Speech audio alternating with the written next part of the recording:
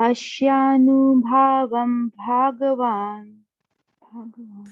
Ashyanubhavam Ashyanubhavam Bhagavan Bhagavan. Veda Guyatmam Shiva. Veda Guhyatamam Shiva Devarshi Narada Sakshat. Devarishi Devarshi Narada Narada Sakshat Sakshat. Bhagavan Kapilo Nripa. Bhagavan Kapilo Nirpa. Translation.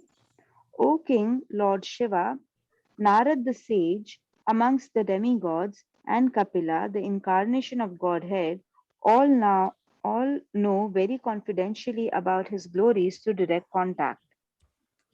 Okay. Should I read the Papa Prabhuji? Yes, Madhu. Papa.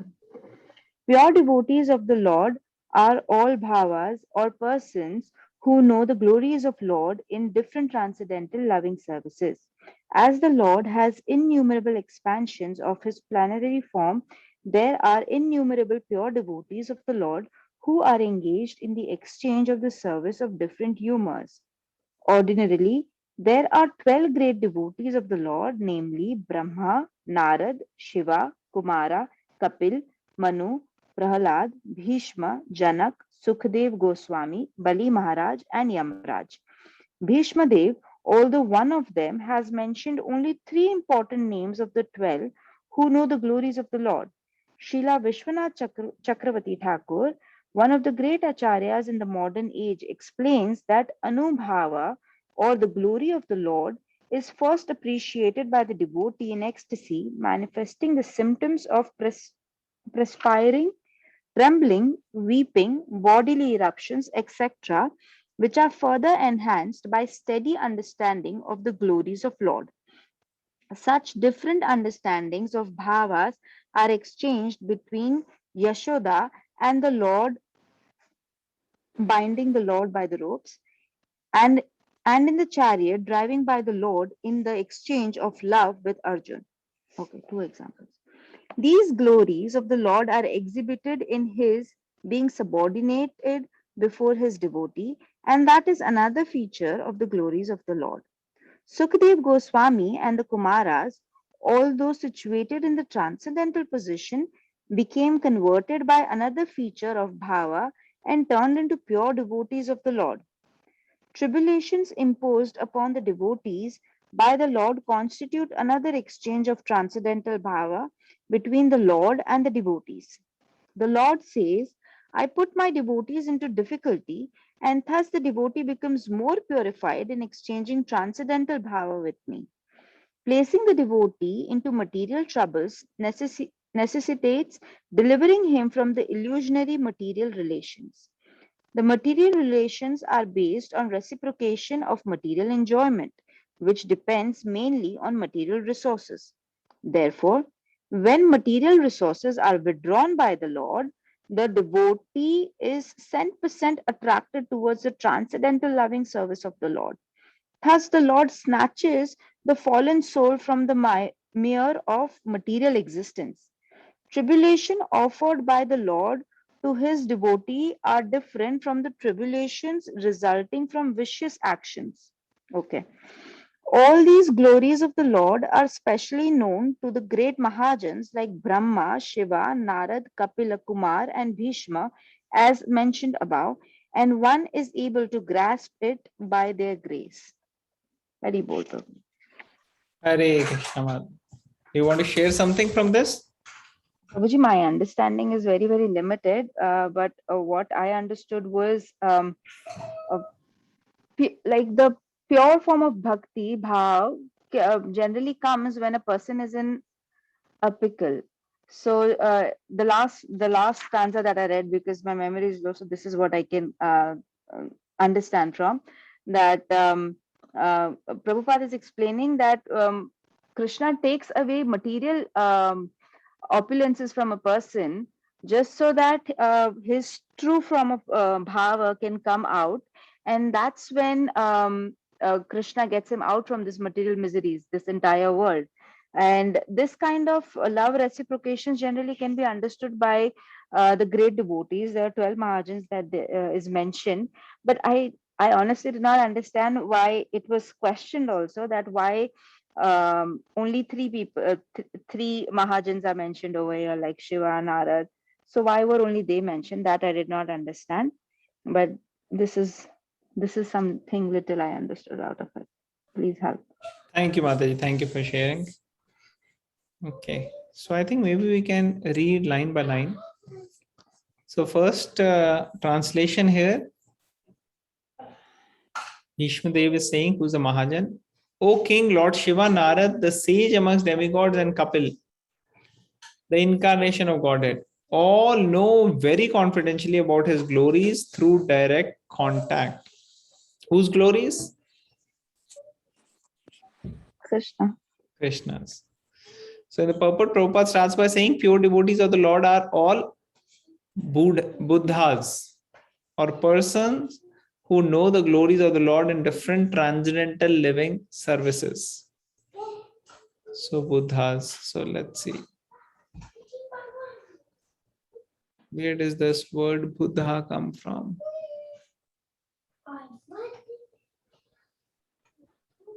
Is it there in the shloka? Not there. Okay. So pure devotees of the Lord are all Buddhas, or persons who know the glories of the Lord in different transcendental loving services, as the Lord has innumerable. हरे कृष्ण प्रभु जी, आप sorry प्रभु जी मैं interrupt कर रही हूँ, Buddhas कहाँ लिखा है? I think there are different books have different this thing. Topmost stage. I think probably. So all those who are reading the screen, what are you looking seeing? Budhas, right? Yes, Prabhuji. I think they are reading from books. The other people are reading from books, so they are finding a different word. Prabhuji, isn't it just meaning? Its meaning is intelligent, like opposite of Mudas. They say Buddha Bhav Samanvita. Yeah. So the point is that some books are saying different word here. That's why Raksha Mataji read a different word. She's saying bhavas. हाँ प्रभु जी, किताब में भावाज लिखा है.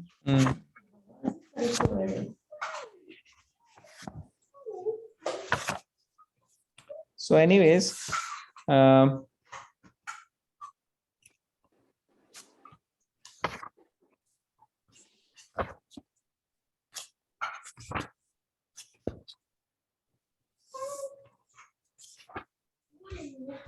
so this is 19th, right? 19th shloka. I'm just opening my Bhagavatam. Yeah, so here it says, pure devotees of the Lord are all bhavas, or persons who know the glories of the Lord in different transcendental loving services.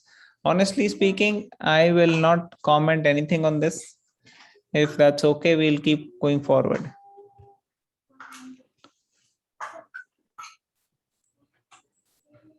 As the Lord has innumerable expansions of his plenary form, there are innumerable pure devotees of the Lord who are engaged in the exchange of service of different humors. So basically, there are different devotees who are having exchanges with the Lord. Different services are being exchanged with the Lord, and there are different rasas in which they are happening, these services. So Prabhupada is saying different humors. And Prabhupada is mentioning here the name of the 12 Mahajans. And then he's saying, Bhishma is one of them, has mentioned only 3 important. So he just mentioned only 3 right now, who know the glories. And then Prabhupada is quoting Srila Vishwanath Chakravarti Thakur. Anybody knows who is Srila Vishwanath Chakravarti Thakur?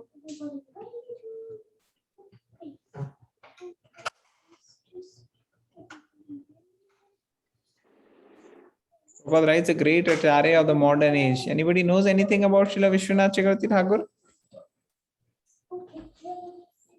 Prabhuji, he is in one of our acharyas in the disciplic succession. Okay, very good. What else we was- know about him? I remember he was very close friends with Srinivasacharya. Vishwanath Or was he Chakravarti his- Thakur came much later. Okay. Ah. So in the morning we say, right? Samsara Dava Nalalidha Loka. We sing every morning.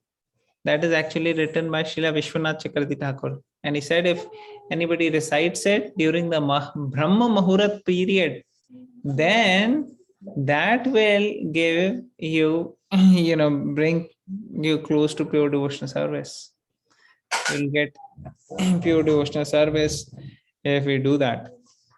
So that is one thing which he did. Anybody else would like to say anything about Vishwanath Chakravarti Thakur?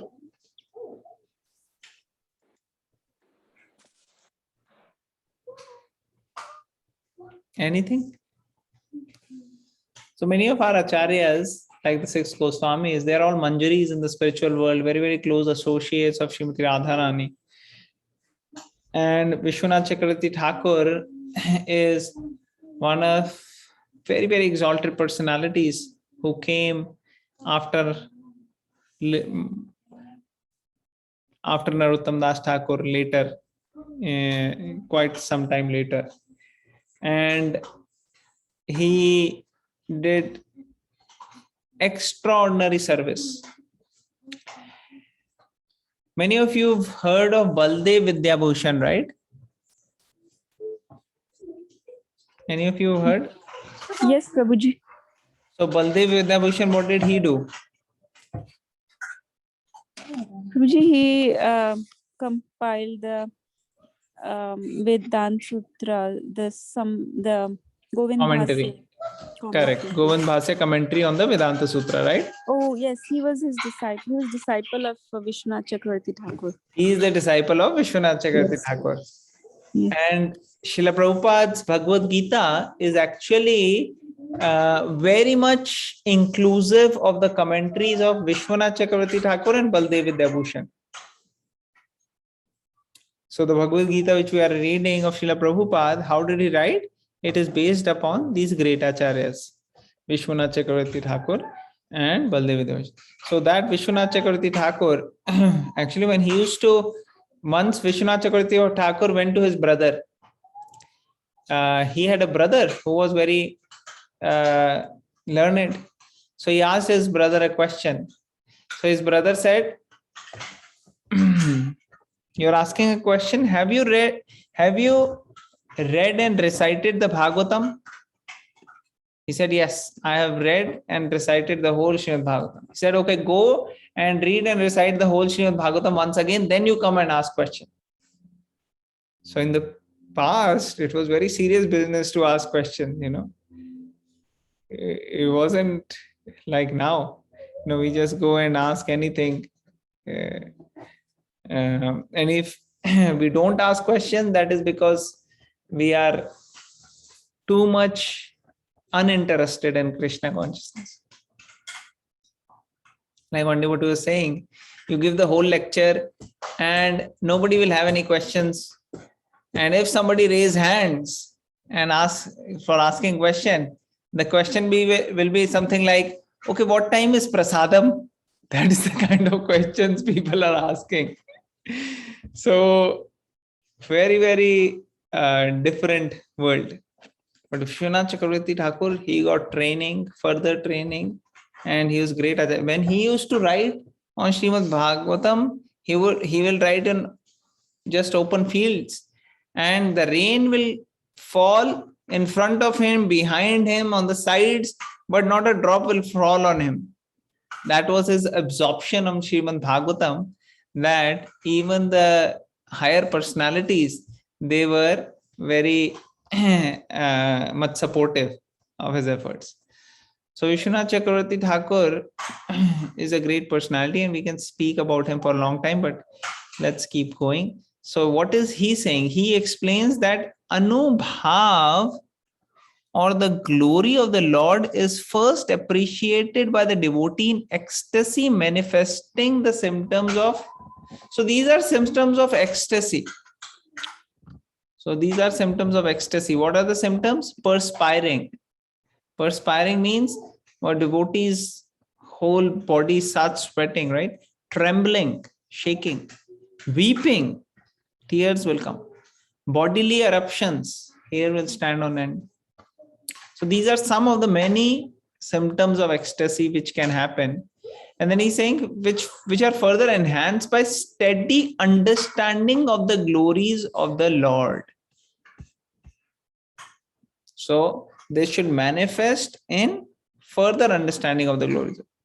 Such different understandings of the bhavas are exchanged between, so different devotees are exchanging different bhavas. That's what is mentioned between Yashoda and the Lord, binding of the Lord by ropes, and in the chariot driving by Lord in exchange of love. So there are different types of exchanges of love happening between different devotees. This is like, Mother Yashoda is having exchange, and also Arjuna is having exchange. These glories of the Lord are exhibited in his being subordinate before his devotees, and that is another feature of the glories of the Lord. So here with the devotees, Lord does not like to show his greatness, how great he is.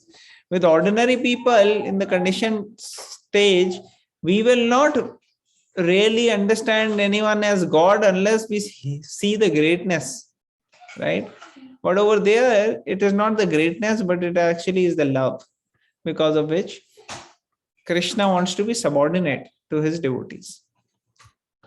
Sukadev Goswami and the Kumaras, also situated in transcendental position, become converted by another feature of bhava and turned into pure devotees of the Lord. Basically, what he's saying, Prabhupada is saying, is different bhavas are there.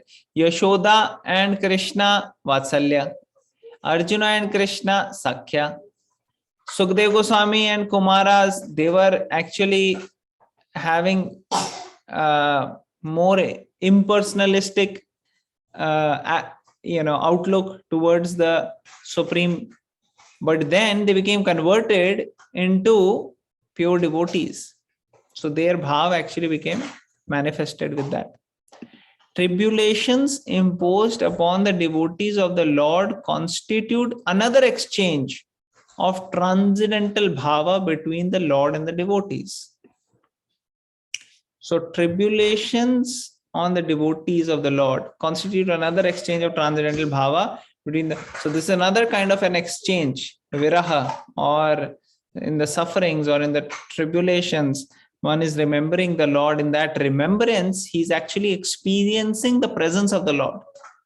Like we discuss sometimes why Lord puts difficult situations in the life of anyone, and why above all in the life of a devotee.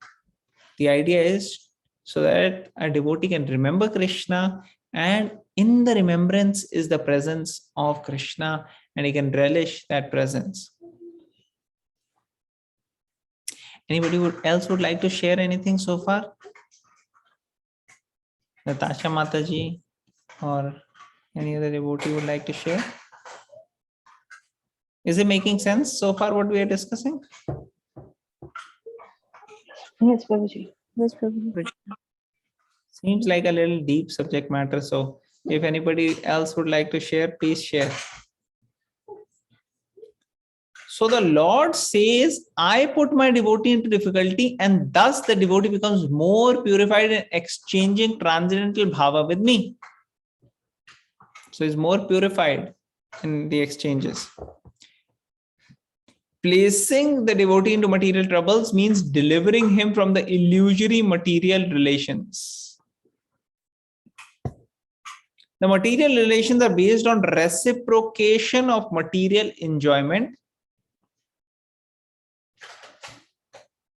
which depends mainly on material resources. Therefore, when the material resources are withdrawn by the Lord, the devotee is 10% attracted towards the transcendental loving service of the Lord. Hari Bol. So how much ever we are attracted to the outside things, by outside, it means anything. It can even mean attachment to the body, attachment to our senses. I was just meditating upon this point earlier today, that how our senses are slowly becoming weak.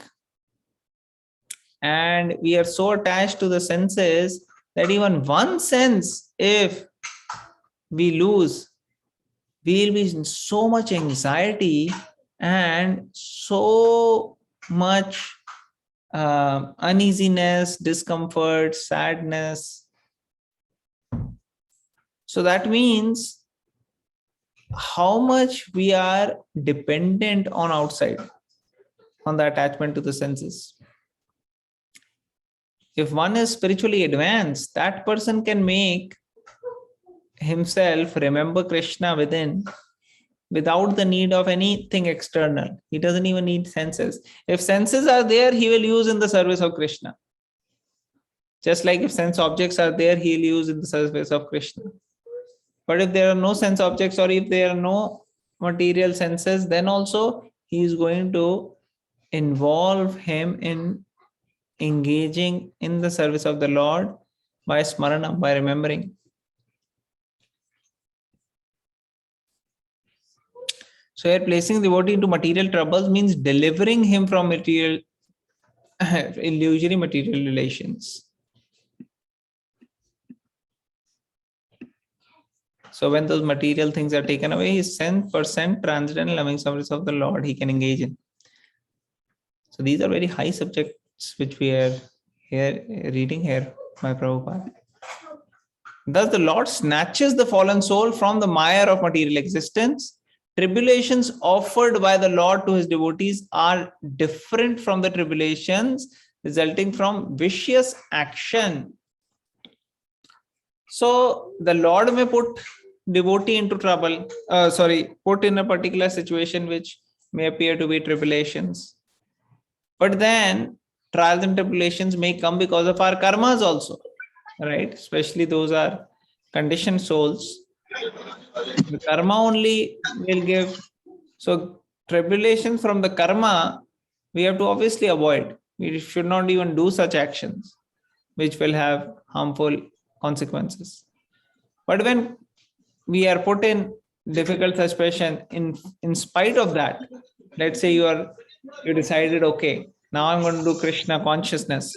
And now, as you're practicing Krishna consciousness, a tough situation comes and we are put in a situation where we are helpless. We are in a miserable situation. So then we are not going to dissect, Arey, is this bad thing happening because of my karma, or is it Krishna putting me in this? Not like that. We will do it what is appropriate for the service of Krishna. Whatever be the reason for the trials and tribulations, we take it as the sanction from Krishna. Sometimes devotee says token karma. Token karma means there was a lot more bad which was going to happen, but by Krishna's arrangement, he has minimized it to just a fraction of actually what was going to happen. So it is like a token karma, very small amount of karma than what was actually deserved by all my sinful activities. So many times devotees are in troublesome situations, but actually the remembrance of Krishna is purifying.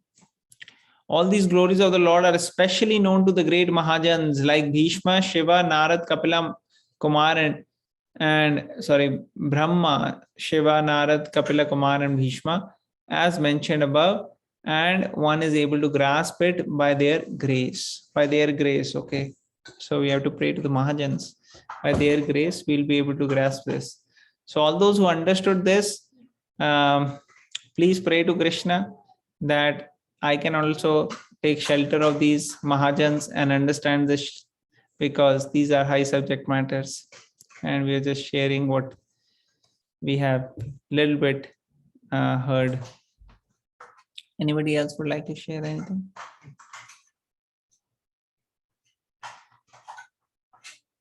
So we'll go to the next shloka.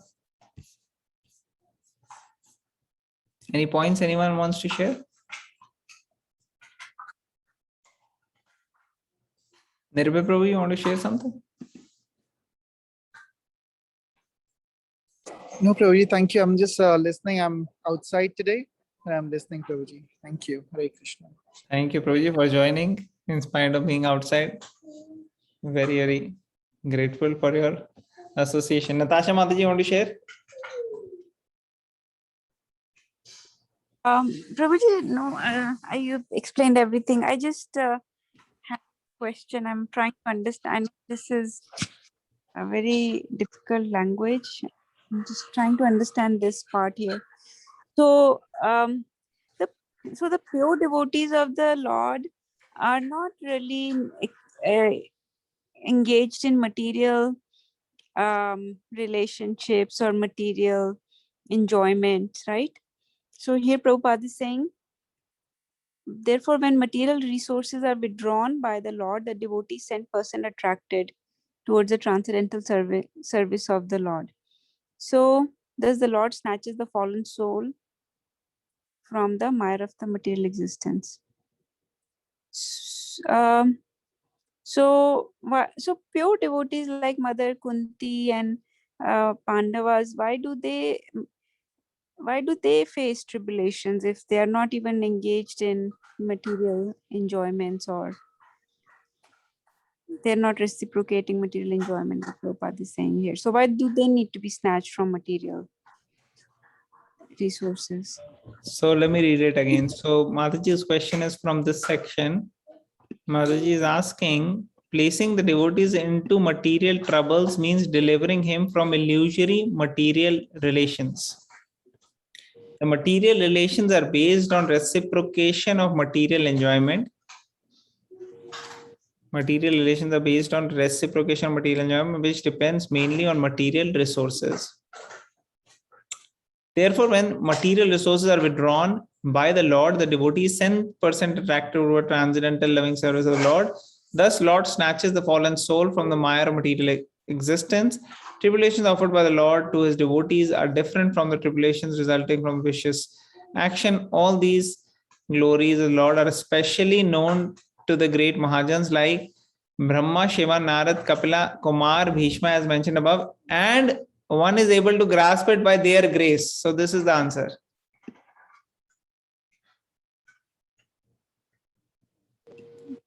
I think I'll just wait for their grace. So we need to get the grace of the Mahajans. So we'll pray together. But my understanding is Prabhupada here is not saying about pure devotees being placed in this particular sentence. Placing the devotee into material troubles means delivering from material existence. So one may not be at the highest level yet. And therefore, for them, Prabhupada is using fallen souls, snatches the fallen soul. The Lord snatches the fallen soul from the mire material existence. Yes, Prabhuji. Yeah, for a devotee, like not a pure devotee, but conditioned soul, who's struggling to be in half in Krishna consciousness and partly in Maya, that to that person it makes sense.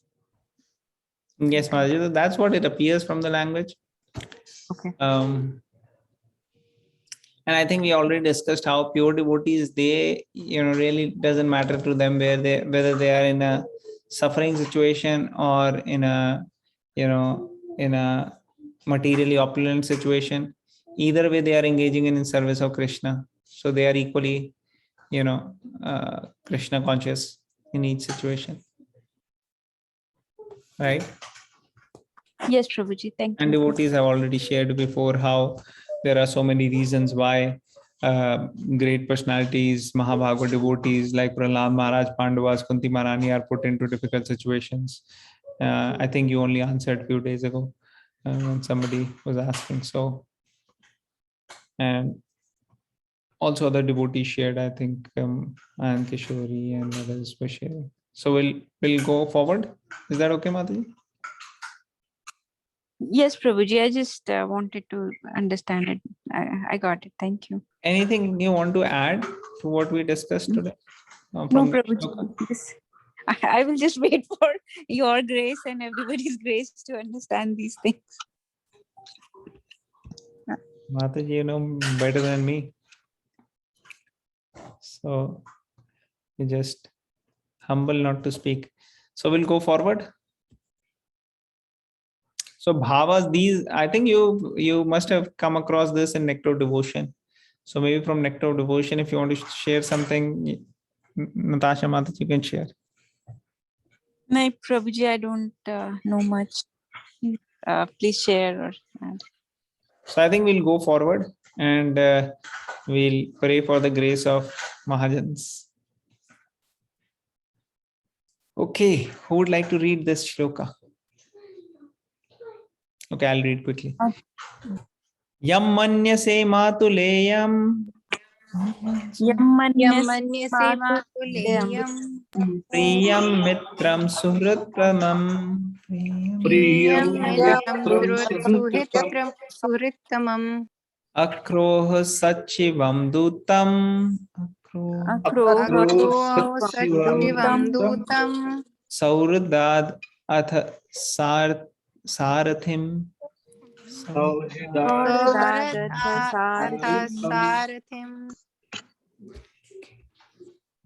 Okay, I'll read. Translation.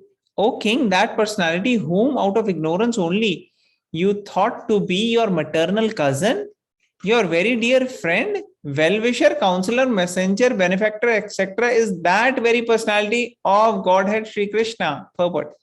Lord Shri Krishna, although acting as the cousin, brother, friend, well-wisher, counselor, messenger, benefactor, etc. of the Pandavas, was still the Supreme Personality of Godhead. Out of his causeless mercy and favor upon his unalloyed devotees, he performs all kind of service, but that does not mean that he has changed his position as the absolute person. To think of him as an ordinary man is the grossest type of ignorance. So Bhishma is the great Mahajan, and the great Mahajan himself is saying, Mahajano yena gata sabandha, like we have to follow the footsteps of Mahajans, right? And the Mahajan himself is telling here clearly that this Krishna is actually the Supreme Personality of Godhead. So if somebody questions Krishna's authority, can show here that Bhagavad Gita, Krishna himself says, and the Bhagavatam, throughout the Bhagavatam, so many shlokas, the great authorities also say that.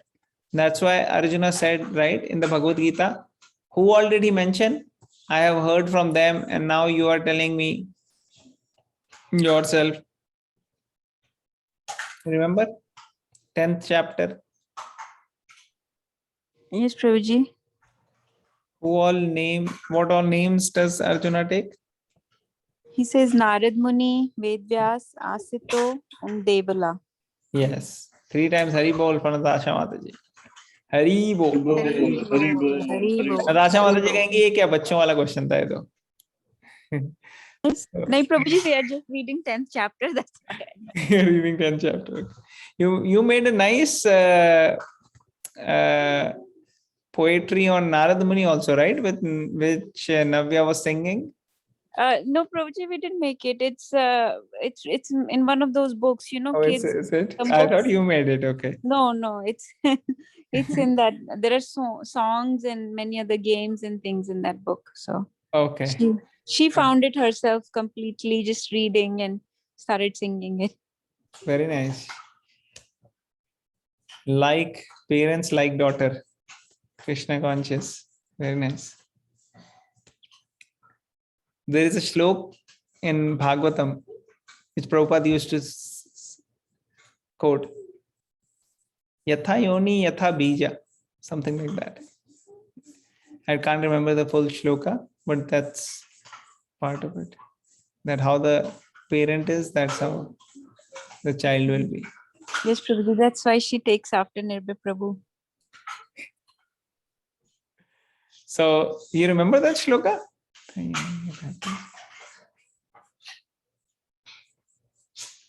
Okay, when it comes, I'll share if it comes to my mind. Anybody would like to share anything from this? So here he's telling about Krishna. I think in these shlokas, Bhishma will tell a little bit more about Lord Krishna, I think.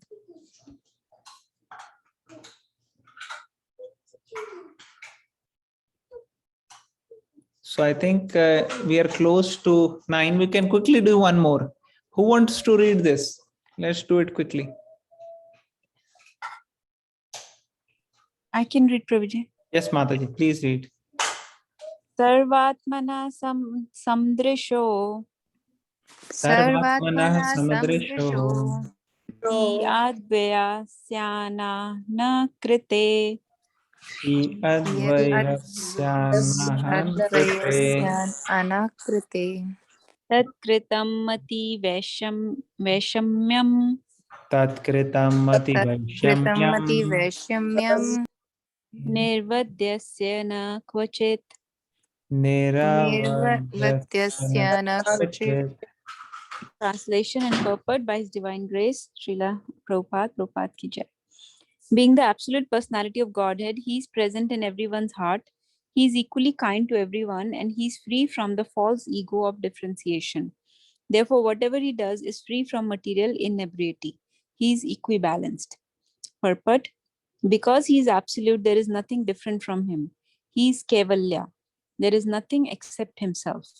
Everything and everyone is the manifestation of His energy, and thus He is present everywhere by His energy, being non-different from it. The sun is identified with every inch of the sun rays and every molecular particle of the rays. Similarly, the Lord is distributed by His different energies. He is Paramatma, or the Super Soul, present in everyone as the supreme guidance, and therefore He is already the chariot driver and counsel of all living beings. When He therefore exhibits Himself as chariot driver of Arjuna, there is no change in His exalted position. It is the power of devotional service only that demonstrates Him as the chariot driver or the messenger. Since He has nothing to do with the material conception of life, because He is absolute spiritual identity, there is for Him no superior or inferior action. Being the absolute personality of Godhead, He has no false ego, and so He does not identify Himself with anything different from Him. The material conception of ego is equibalanced in Him. He does not feel, therefore, inferior by becoming the chariot driver of His pure devotee. It is the glory of the pure devotee that only He can bring about service from the affectionate Lord. Hare Krishna. Prabhuji, I think we can have like an hour and a half long class on this shloka. Yes, Mataji. So half you can do 5 Not minutes me, today, but you can. and then tomorrow 1.5 hours. You can, you will be, I mean, this is loaded basically, is what I'm saying. Okay, so Bhishma Dev is making so many points here. First of all, he says, being the absolute personality of Godhead. So we know that He's present in everyone's heart. And Prabhupada has correlated that in purport, saying that He's already everybody's charioteer because He's driving everyone, right? Krishna says in Bhagavad Gita also, 18.61, Yantra Rudani Maya, Ishvara Sarva Bhutanam Hridesha Arjun Tishtati. That I live inside every living entity, and I, with my energy, I move them like a machine, like yantra. So that's here Prabhupada also making that comparison with the chariot, that He's already driving everybody's chariot. Whatever, we know that there are, you were reading recently, right? There are 3 doers. So without Super Soul or Paramatma, without His sanction, nothing happens.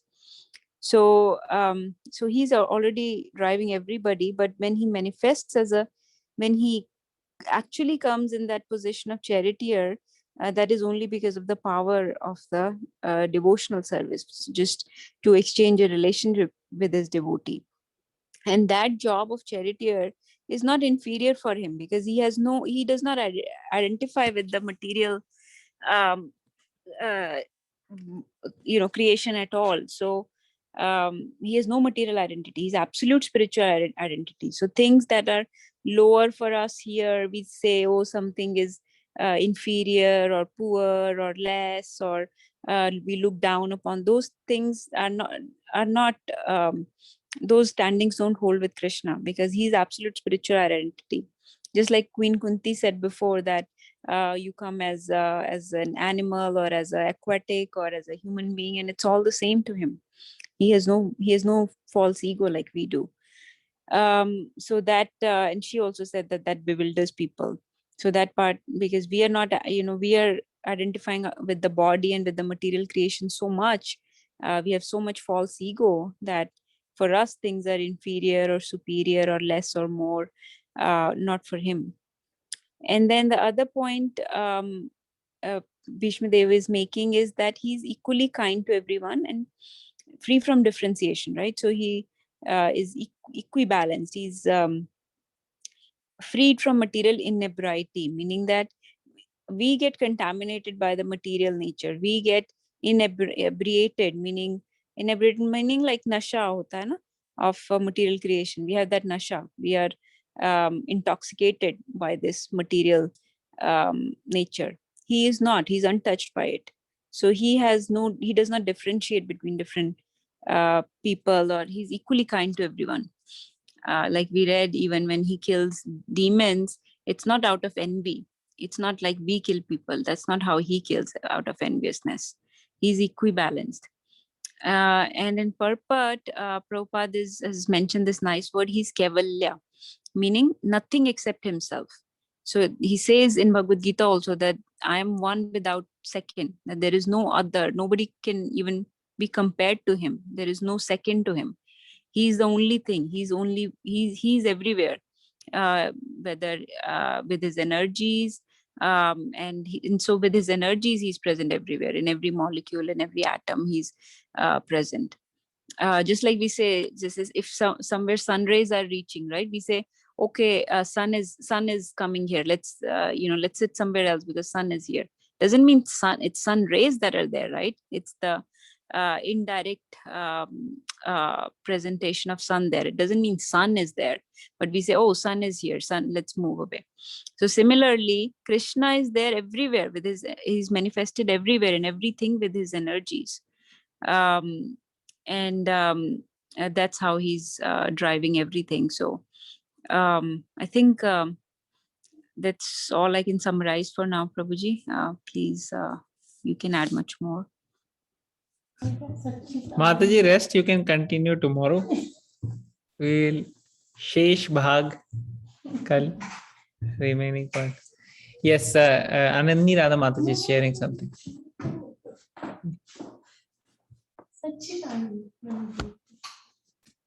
Kiss me. Krishna. From which part are you saying?